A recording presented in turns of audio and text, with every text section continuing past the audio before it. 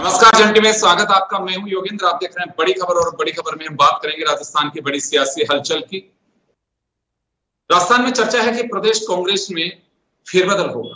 फेरबदल किस स्तर पे होगा इस पे कोई अभी दावा नहीं कर रहा, लेकिन हाँ, गोविंद सिंह डोटासरा ने 2 दिन पहले ही 23 ब्लॉक अध्यक्ष और 2 कार्यकारी ब्लॉक अध्यक्ष की घोषणा करके ये कह दिया है, एक मैसेज दे दिया है कि जल्दी ही, और ये कहा भी गया है डोटासरा की तरफ से कि जल्दी ही हम सेकेंड लाइन की जो टीम है उसे तैयार करेंगे। उन्होंने बैठक भी ली और प्रियंका गांधी राहुल गांधी से गुरुवार को, यानी कि जब हम चर्चा कर रहे हैं तो उसके कुछ घंटे पहले मुलाकात करके इन चर्चाओं को और गर्म कर दिया। हालांकि जो साथ में गए टीकाराम जूली और डोटासरा, उनसे जब बात हुई तो उनका कहना था कि औपचारिक मुलाकात थी।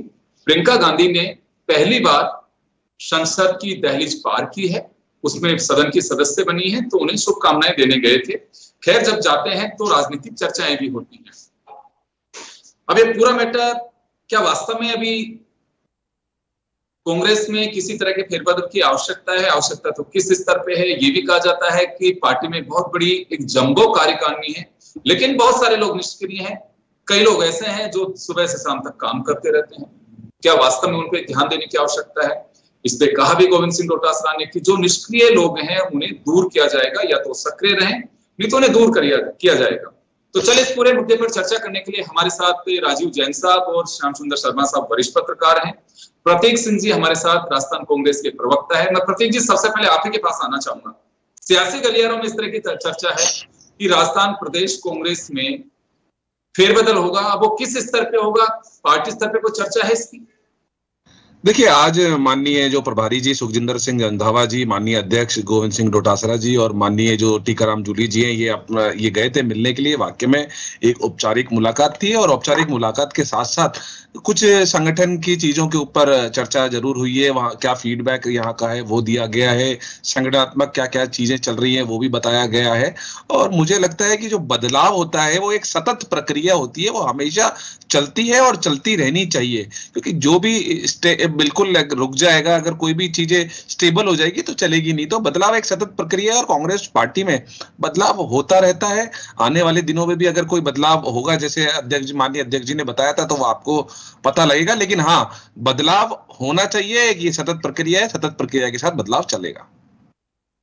जी राजीव जी, क्या लगता है आपको, जो परफॉर्मेंस रही है कांग्रेस की, आने वाले दिनों में लोकल बॉडीज के इलेक्शन भी होंगे, पंचायती राज के होंगे, वो 1 स्टेट 1 इलेक्शन का थीम पे सरकार कराना चाहती होगी, लेकिन आपको तो मजबूत तो रहना पड़ेगा, क्योंकि प्रदेश में विपक्ष की भूमिका में है और भाजपा और कांग्रेस 2 ही दलों का हमारे यहाँ पे अभी स्ट्रक्चर बना हुआ है। कोई तीसरा दल बहुत ज्यादा पनप नहीं पा रहा है, कोई अपनी गिनी चुनी सीटों पे कोई जीत जाए बात अलग है। तो क्या महसूस किया जा रहा है अभी कि वास्तव में कांग्रेस को रिस्ट्रक्चर करने की आवश्यकता है? देखिए योगेंद्र जी, कांग्रेस को वापस से पुनर्गठित करने की तो बहुत बड़ी आवश्यकता है। ये लोकसभा चुनाव का कुछ परिणाम मतलब कांग्रेस अपने पक्ष में मानती है, लेकिन कोई खास परिणाम वो नहीं माना जा सकता। कांग्रेस जैसी पार्टी के हिसाब से कह रहा हूं मैं कि 99 सीटें जीती, कहाँ मतलब इतनी बड़ी पार्टी, इतने वो भी सहयोगी दलों के बलबूते, सहयोगी दल उन पर दबाव बनाते रहते हैं कि हमारी वजह से 99 सीटें इनके आ गई। समाजवादी पार्टी तो साहब कह दी थी। आज समाजवादी पार्टी के बहुत बड़े नेता हैं रामगोपाल यादव, उन्होंने तो कांग्रेस को बड़े कटघरे में खड़ा कर दिया। संभल जब राहुल गांधी वहां जाना चाह रहे थे कि वहां तो जा रहे हैं, लेकिन संसद में या जहाँ बोलने वाली चीजें हैं वहां बोल नहीं रहे। तो जो कांग्रेस के सहयोगी दल हैं वो तो इस दबाव में कांग्रेस को लेते रहते हैं कि आपकी जो भी सीटें आ रही है वो हमारी बदौलत आ रही है। आप जहाँ अकेले चुनाव लड़ते हो वहां बुरी तरह हार जाते हो, भाजपा का मुकाबला ही नहीं कर सकते। जैसे हरियाणा का उदाहरण, तो कांग्रेस में हरियाणा और महाराष्ट्र के नतीजों ने एक व्यापक जो अंदरूनी जो चर्चा है उसको गर्म किया है। अभी जो कांग्रेस की जो सबसे सर्वोच्च बॉडी होती है CWC, उसकी बैठक में भी कांग्रेस अध्यक्ष खड़गे ने साफ तौर पे कहा कि अब ऐसा नहीं चलेगा, ये इतना बदलाव होना चाहिए। लेकिन योगेंद्र जी, हम 2-3 साल पीछे जाए, वो उदयपुर में चिंतन शिविर हुआ था, उसमें आप भी थे, मैं भी गया था वहां। तो वहां सब चीजें तय हुई थी कि कांग्रेस का एक पुनर्गठन किया जाएगा कि कांग्रेस के 50% पद 50 से कम उम्र के और ऐसे वर्गों से दिए जाएंगे जो OBC, SC, ST, महिला, जो एक जिसको कमजोर तबका कहा जा सकता है समाज का, कि उन वर्गों को आगे लाया जाएगा, 50% पद उनको दिए जाएंगे और जो आयु में 50 वर्ष तक की होंगे, जिससे उस चिंतन शिविर में बड़ी अच्छी चीजें हुई थी, वो यदि चीजें लागू, आप देख लीजिए 3 साल हो गए, लोकसभा चुनाव हो गए, कई राज्यों के विधानसभा चुनाव हो गए, कांग्रेस ने कहीं बदलाव नहीं किया। जो चिंतन शिविर में जो फैसला किया गया था, जो अनाउंस किया गया था, उदयपुर डिक्लेरेशन के नाम से जिस चीज को जारी किया था पार्टी ने, उसमें कहीं एक कदम भी पार्टी आगे नहीं बढ़ी। अब आप राष्ट्रीय स्तर का स्ट्रक्चर देख लीजिए, वहां जो लोग काबिज हैं वो आज से 10 साल पहले भी उन्हीं के कब्जे में पार्टी थी। पार्टी के जो निचले स्तर के लोग हैं, निचले स्तर के कार्यकर्ता कह लें या नेता कह लें, वो इन चीजों में बदलाव चाहते हैं, कि जो एक मठाधीश के रूप में कहीं बैठ गए, एआईसीसी में ऐसे लोग बैठ गए जिनका जनता से कहीं जुड़ाव नहीं है। अब एक चर्चा ये भी आ रही थी कि भाई जो राष्ट्रीय अध्यक्ष हैं वो भी साउथ के हैं, और जो प्रमुख पद होता है पार्टी का सेंट्रल महासचिव केसी वेणुगोपाल, वो भी साउथ के हैं।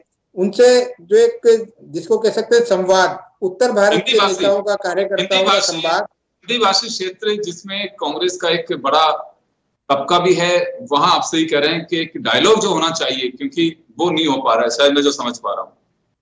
जी जी, तो उन चीजों को लेकर शायद वो पार्टी का बदलाव। अब राहुल गांधी तो प्रतिपक्ष नेता हो गए, वो कई बार संगठन के मामलों में कह देते हैं कि खड़गे जी जो करेंगे वो ही फाइनल होगा। अब खड़गे जी भी उस तरफ देखते हैं, तो पार्टी को एक वो चीज सोचनी होगी, उसका जो संगठन है उसमें नए लोगों की आवक कैसे हो, और जो जमीनी स्तर पर काम करने वाले लोग हैं कि उनको कैसे आगे बढ़ाए। अब एक बहुत बड़ी मतलब चर्चा का वो है कि सीडब्ल्यूसी में करीब 200 से 250 के करीब सदस्य हैं, अलग अलग स्तर, विशेष आमंत्रित या जो जिस तरीके के भी होते हैं। 150 से 200 की एक बॉडी है। अब लोकसभा के चुनाव हुए थे योगेन जी, आप ताज्जुब करोगे, 150-200 में से 8 या 10 लोगों ने लोकसभा चुनाव लड़ा। चुनाव लड़ने के वो वादा ही नहीं रखते थे सीडब्ल्यूसी के लोग। तो जो चुनाव लड़ने वाले लोग हैं पार्टी में, उनको वो आगे आने ही नहीं देते, ना सीडब्ल्यूसी में जो सर्वोच्च बॉडी है या बड़े पदों पर जो पार्टी में होने चाहिए, जो एक जनाधार वाले लोग हैं पार्टी में। ऐसा नहीं है कि जनाधार वाले लोग नहीं है, बहुत लोग हैं, अलग अलग क्षेत्रों में होंगे, उनको कहीं मौका नहीं मिलता। लेकिन जो वहां जो बैठे लोग हैं, जो राज्यसभा के मार्फत, जिनको कह सकते हैं कि वो अपना जुगाड़ इसी में लगाए रखते हैं, तो 80% ऐसे नेता कांग्रेस में है जो सीधे चुनाव लड़ने की मतलब कहीं हैसियत नहीं रखते। जैसा कि मैंने उदाहरण के तौर पे पिछले लोकसभा चुनाव का ही बताया, 150-200 जो सीडब्ल्यूसी के मेंबर हैं, उनमें से 8 या 10 लोग ही लोकसभा चुनाव लड़ रहे थे। तो आप इससे पार्टी को देख लीजिए। अब जो बदलाव करना है, पुनर्गठन करना है, और जो उदयपुर चिंतन शिविर में जो पार्टी ने तय किया था, उस आधार पर भी यदि पार्टी अपना बदलाव करती है तो बहुत बड़ा फायदा पार्टी को ही होगा, संगठन को होगा। क्योंकि देखिए, इस तरह के चिंतन शिविर या महामंथन शिविर होते हैं, उसमें एक डिक्लेरेशन जारी किया जाता है और बाकायदा कांग्रेस के हिस्ट्री में उसका नाम होता है कि फलाने जगह के बुराड़ी डिक्लेरेशन के नाम से, कभी दिल्ली कभी मुंबई, कितने डिक्लेरेशन हम सुनते हैं। तो उदयपुर डिक्लेरेशन काफी महत्वपूर्ण था, लेकिन उसको बनाया तब गया था कि जिन राज्यों में विधानसभा चुनाव होंगे, लोकसभा चुनाव होंगे, उससे ठीक पहले ये डिक्लेरेशन अगर हम लागू करते हैं तो इसको बहुत बड़ा बेनिफिट मिलेगा। लेकिन वो सही कह रहे हैं, आपका कागजों में दफन रहा, लेकिन उस पर किसी ने गौर नहीं किया। मुझे लगता है कि एक बहुत बड़ा फेलियर है कांग्रेस का कि ऊपर से मॉनिटरिंग नहीं होती है, और जो कहा जाता है फिर उसको कार्यकर्ता ही मान के चलते हैं कि चलिए अब सौभाग्य मिलेगा हमें भी पार्टी की उस लाइन में आने का, जिसमें एक आवश्यकता महसूस की जाती है कि सेकंड लाइन को तैयार किया जाना चाहिए। श्याम जी, क्या लगता है आपको कि अभी कांग्रेस को यहाँ पे कुछ पुनर्विचार करना चाहिए? बहुत सारे सीनियर लीडर्स हैं जो इलेक्शन हार गए, या फिर सेकंड लाइन पे भरोसा करके उसे तैयार करना चाहिए?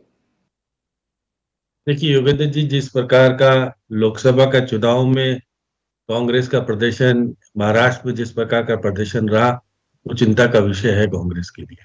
कांग्रेस बदलाव करेगी नहीं करेगी, ये तो बड़ा अनिश्चितता का माहौल बना हुआ है। आपने उदयपुर सबमिट किया था कि कांग्रेस का मूल चूल परिवर्तन कर देंगे, उसमें फॉर्मूले भी बहुत सारे तय हुए थे, लेकिन प्रतीक जी जैसे व्यक्ति को मौका नहीं मिल रहा है, युवाओं को मौका नहीं मिल रहा है, इसलिए बदलाव की जरूरत तो निश्चित तौर पर कांग्रेस में है। और जिस प्रकार से आपने राजस्थान के चुनाव की बात करें, राजस्थान में जिस प्रकार से गठबंधन को लेकर के निर्णय हुआ जल्दबाजी में, उसका नुकसान कांग्रेस को उठाना पड़ा। अब क्या कारण रहे नहीं रहे ये तो मुझे नहीं पता। राहुल गांधी अब प्रतिपक्ष के नेता के रूप में उभर के सामने आए हैं, वो प्रतिपक्ष का नेता है, खड़गे साहब कोई निर्णय नहीं कर पाते हैं। निर्णय करने के लिए उन्हें हमेशा सोनिया गांधी और राहुल गांधी के उसमें रहना पड़ता है। यही कारण रहा कि अशोक गहलोत आज जो बनने चाहिए थे नहीं बन पाए। राजस्थान का अलग तरह का माहौल रहा। वो राजस्थान छोड़ के नहीं गए उस वक्त, उसका सिनेरियो अलग होता। लेकिन अब स्थिति में अशोक गहलोत को क्या कुछ दिया जाएगा मुझे नहीं पता, क्योंकि आज की स्थिति में राजस्थान के नए नेता के रूप में दिव्या पदेरना की बात कर ले या 2-3 लोग और भी नए लोगों को राष्ट्रीय उसमें लगाया गया, लेकिन जो प्रभावी भूमिका राजस्थान की हुआ करती थी वो कमजोर इस बार हुई है। चाहे भले हमारे जनप्रतिनिधि के रूप में सोनिया गांधी हमको भाग्य से मिली, या देखिएगा कि सुरजेवाला हमको मिले, मुकुल वासने हमको मिले, और या तिवारी मिले, जो कि भूमिका में बहुत महत्वपूर्ण अभी भी रखते हैं। और जैसे आपने कहा कि एक राज्यसभा के सदस्य थे जो लोकसभा में जीत गए, वो भी हमारे यहाँ से थे। तो कांग्रेस को हमने जीवित करने का काम राजस्थान ने जरूर किया। और फिर जब लोकसभा का चुनाव आया तो लगा कि भाई बहुत कुछ हमने जीत लिए। तो लोकसभा के चुनाव के बाद जो परिस्थितियां परिवर्तित की जानी चाहिए थी राजस्थान में, वो परिवर्तित नहीं की गई। अब केवल गमछा हिलाने से या ऐसा लगता है, चलिए गमछा बहुत चर्चाओं में, लेकिन आपको लगता है कि बाई इलेक्शन, पहले पार्लियामेंट इलेक्शन, फिर असेंबली सेशन, माफ करेगा, असेंबली सेशन, फिर पार्लियामेंट, फिर बाई इलेक्शन, तो अब इंतजार हो कि कांग्रेस अब कुछ करना चाह रही हो, जो आप लोगों की चिंता है, या अपन जो सुझाव दे रहे हैं या जो चर्चा करते हैं, मीडिया अपना सोचता है, क्योंकि अपना कोई एजेंडा तो है नहीं, लेकिन जो दिखाई देता है वो बताया जाता है। तो अब हो सकता है कि कांग्रेस खुद इस बात को महसूस कर रही हो कि हाँ, वास्तव में सेकंड लाइन के लिए हमें कुछ ध्यान रखना चाहिए। कार्यकारिणी ऐसे लोगों की बना दी जाती है कि 70-75 प्रवक्ताओं की लिस्ट बनाई जाएगी। मैं देखता हूं कि 5 से 10 लोग हैं जो स्टडी करके पहुंचते हैं, लेकिन नाम शुरू करेंगे वहां से कि बड़े बड़े दिग्गजों से, वो कोई नहीं आता है। तो एटलीस्ट एक मैसेज देना चाहिए कि हमारे 10 ही लोग हैं जो चेहरे चैनल पे जाएंगे, या हमारे 10 महामंत्री हैं कि उपाध्यक्ष हैं। एक बहुत बड़ी टीम की आवश्यकता नहीं है, जो लेटर पैड बनवाने से काम नहीं चलता। आपको मजबूती के साथ में, कांग्रेस आज से 10 साल 15 साल पहले जिस भूमिका में राजस्थान में थी, अब उस भूमिका में नहीं है। अब आपको संघर्ष करना पड़ेगा, जैसे बीजेपी ने स्ट्रगल करके यहाँ तक पहुंची है। एक दौर था कांग्रेस के नेता ज्यादा होते थे, कार्यकर्ता कम होते थे। श्याम जी, आपने तो बहुत लंबे समय का एक्सपीरियंस है, क्या वाकई अब कांग्रेस को उस मोड़ पे आना चाहिए कि नेता नहीं, अब कार्यकर्ता चाहिए? निश्चित तौर पे जिस प्रकार का माहौल कांग्रेस का मौजूदा स्थिति में, उसको परिवर्तन करने की जरूरत तो है निश्चित तौर पर। जिस प्रकार से आप देखिएगा कि अभी भी बीजेपी के लोगों को अगर पदाधिकारी बनाया जा रहा है, जिसको लेकर के चर्चा भी आपने देखा, एक ब्लॉक अध्यक्ष बीजेपी में कटारिया के साथ शामिल हुआ, उसको पदाधिकारी बना दिया गया। तो कांग्रेस में किस प्रकार का हालात हो रहे हैं। पहले 300 पदाधिकारी बनाए थे, शिकायतें किस प्रकार की आई थी आपको भी पता है। चुनाव में किस प्रकार की गलत गतिविधियों को लेकर के जो नेता शामिल हुए, उनके खिलाफ कार्रवाई होगी नहीं होगी, ये भी महत्वपूर्ण है कि जिस प्रकार से आपने सारे के सारे आप जीत ही नहीं पाए, जो जीतना चाहिए था वो कुछ नहीं कर पाए। तो ऐसी स्थिति में राजस्थान में संगठन की दृष्टि से व्यापक बदलाव की जरूरत है।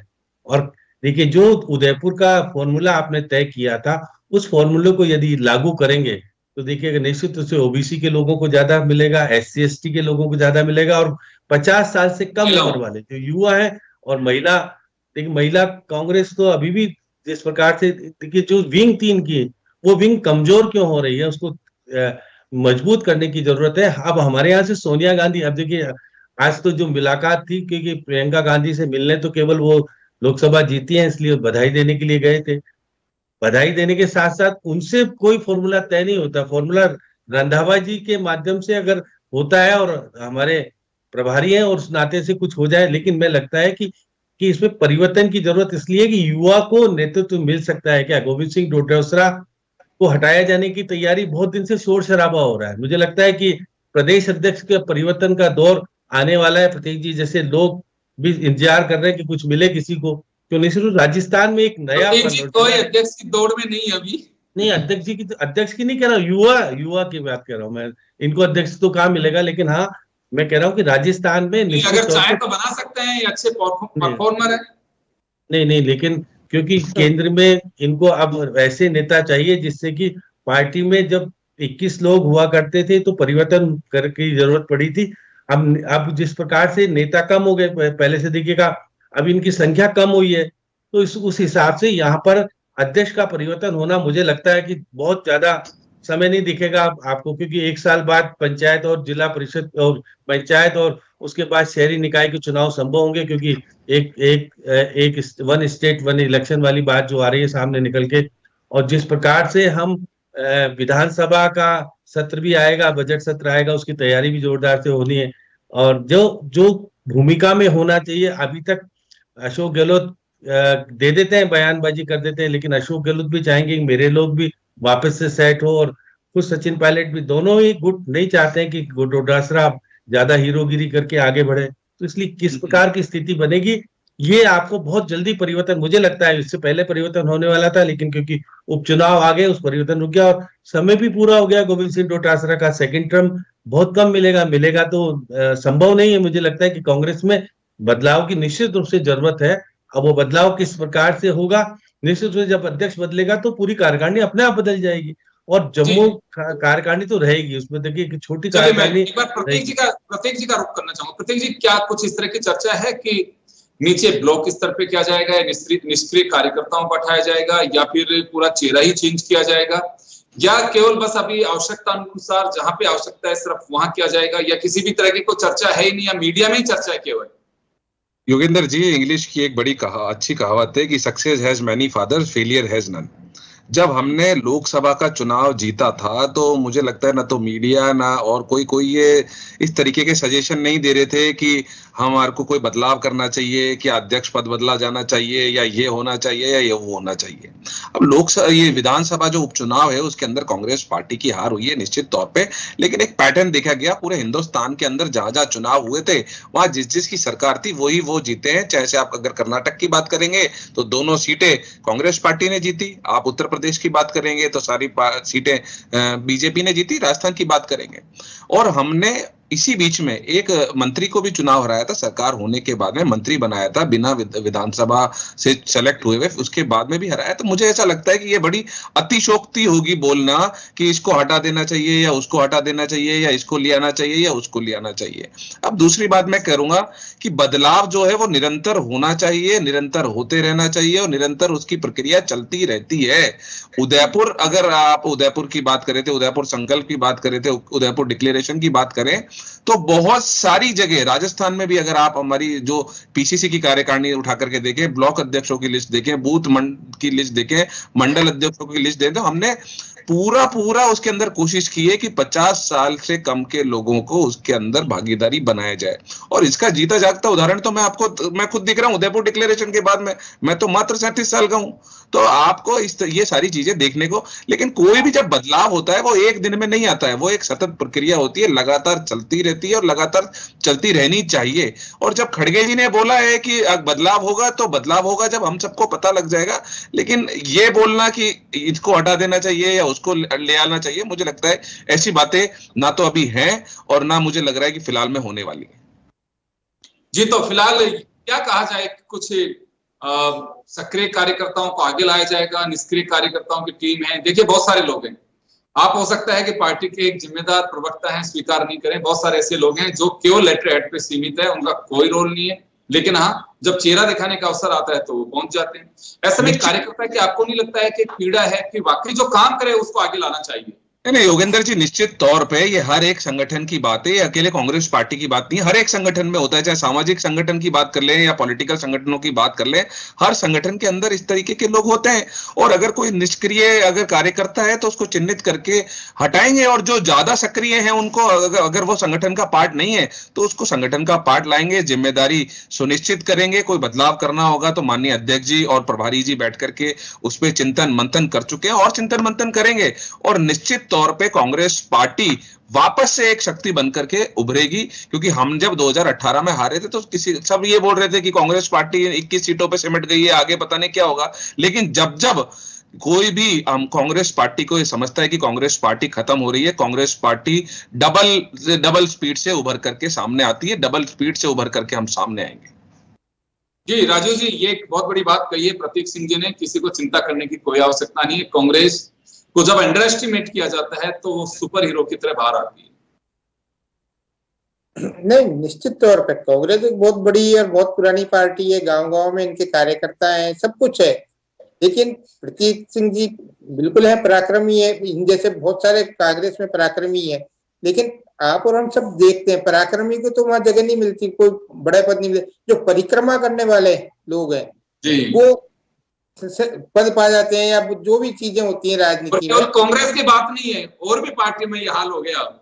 नहीं हो गया, लेकिन कांग्रेस में करीब करीब ज्यादा देखा जाता है कि जो वहां पराक्रमी नेता है वो दूर हो जाते हैं, परिक्रमा करने वाले आगे बढ़ जाते हैं। अब भाजपा तो कुछ बदलाव कर रही है। अब जैसे भाजपा ने तो मुख्यमंत्री बना दिया, पराक्रमी नहीं थे, परिक्रमा नहीं करते, जो भी था मतलब वो ऐसा सीएम बना दिया, ऐसे मंत्री बने, परिक्रमा करने वाले। तो मतलब कांग्रेस को भी कहीं ना कहीं इस तरीके का परिवर्तन लाना होगा सोच में। खड़गे जी ने बड़ी अच्छी बात की, उन्होंने सीधा अटैक उनका यह था कि परिक्रमा करने वाले लोगों को से मुक्ति पाई जाए, ऐसे लोगों को लाया जाए जो धरातल पे काम करते हो, जिनका जनाधार हो, जो संगठन के लिए उपयोगी हो। तो उनका जो मूल भाषण का यदि हम अर्थ निकालें तो वो परिक्रमा करने वाले लोगों से कहीं ना कहीं मुक्ति चाह रहे थे कि वही ठीक है, बहुत हो गया, हरियाणा हरवा दिया, महाराष्ट्र में हमारी बुरी दशा करा दी, लोकसभा में भी कोई इतना अच्छा परफॉर्मेंस नहीं है, वो पीड़ा तो थी उनकी, लेकिन कुछ राज्यों में सीटें ज्यादा आ गई तो संख्या उनकी 99 पहुंच गई, तो वो एक अलग चीज है। लेकिन भविष्य के रूप में जो उनका भाषण का अंश है वो ये है कि भविष्य में पार्टी को कैसे मजबूती दी जाए और किस तरीके के नेताओं को, कार्यकर्ताओं को आगे बढ़ाया जाए, उनको जिम्मेदारी दी जाए। और जो जिस ढंग से पद पा जाते हैं या निष्क्रियता, जो जैसा अभी आप जिक्र कर रहे थे कि लेटर पैड ही छपा लेते हैं और उसके बलबूते चलते हैं, तो उन जैसों की तरफ इशारा था कहीं ना कहीं खड़गे जी का कि आप लोगों से अब मुक्ति पाई जाएगी। अब मुक्ति कितना पा सकते हैं? कांग्रेस के कल्चर को, उनकी रीति नीति को और जिस तरीके की चीजें होती हैं वो आप और हम सब जानते हैं। यदि कठोरता से नियमों का पालन किया जाए तो संभव है कि कांग्रेस वापिस एक मजबूत दल के रूप में सामने आए, भाजपा का मुकाबला कर सके। क्योंकि कांग्रेस इतनी बड़ी पार्टी, इतनी पुरानी पार्टी कि उसकी जगह जगह लोग उसके समर्थक ही मिल जाएंगे। ये मान लिया जाए कि भाई उनके कार्यकर्ता नहीं लेकिन समर्थक, लेकिन उनको मोटिवेट, जो चुनावी राजनीति में जब अभी आपको नहीं लगता है कि कांग्रेस से ज्यादा तो जनहित के मुद्दों पर नजर डॉक्टर किरोड़ीलाल मीणा की? हाँ, अब आप देख लीजिए कि जो जनहित के मुद्दों पे जब कांग्रेस को आंदोलन करना चाहिए वहां भाजपा के लोग आंदोलन कर रहे हैं, तो भाजपा तो इसको भी चलिए वो लोग करते हैं तो ठीक है, हम भी उनका सपोर्ट कर देंगे ऐसे आंदोलन में। चलिए मैं श्याम जी आपके पास में आना चाहूंगा। अब क्या लगता है आपको कि वाकई कांग्रेस को इस पे गौर करने की आवश्यकता है? देखिए संख्या बल के आधार पर अगर हम बात करें तो असेंबली में मजबूत स्थिति में कांग्रेस काफी लंबे समय बाद कमजोर नहीं, अब 64 सीट रह गई आई थिंक इससे बाई इलेक्शन के बाद 66 जी। तो संख्या के आधार पे हम कम नहीं कह सकते, क्योंकि एक दौर ये भी चला गया था, पिछली बार 21 सीट थी, सीएलपी लीडर का भी वो लग रहा था कि एक सीट नहीं आती तो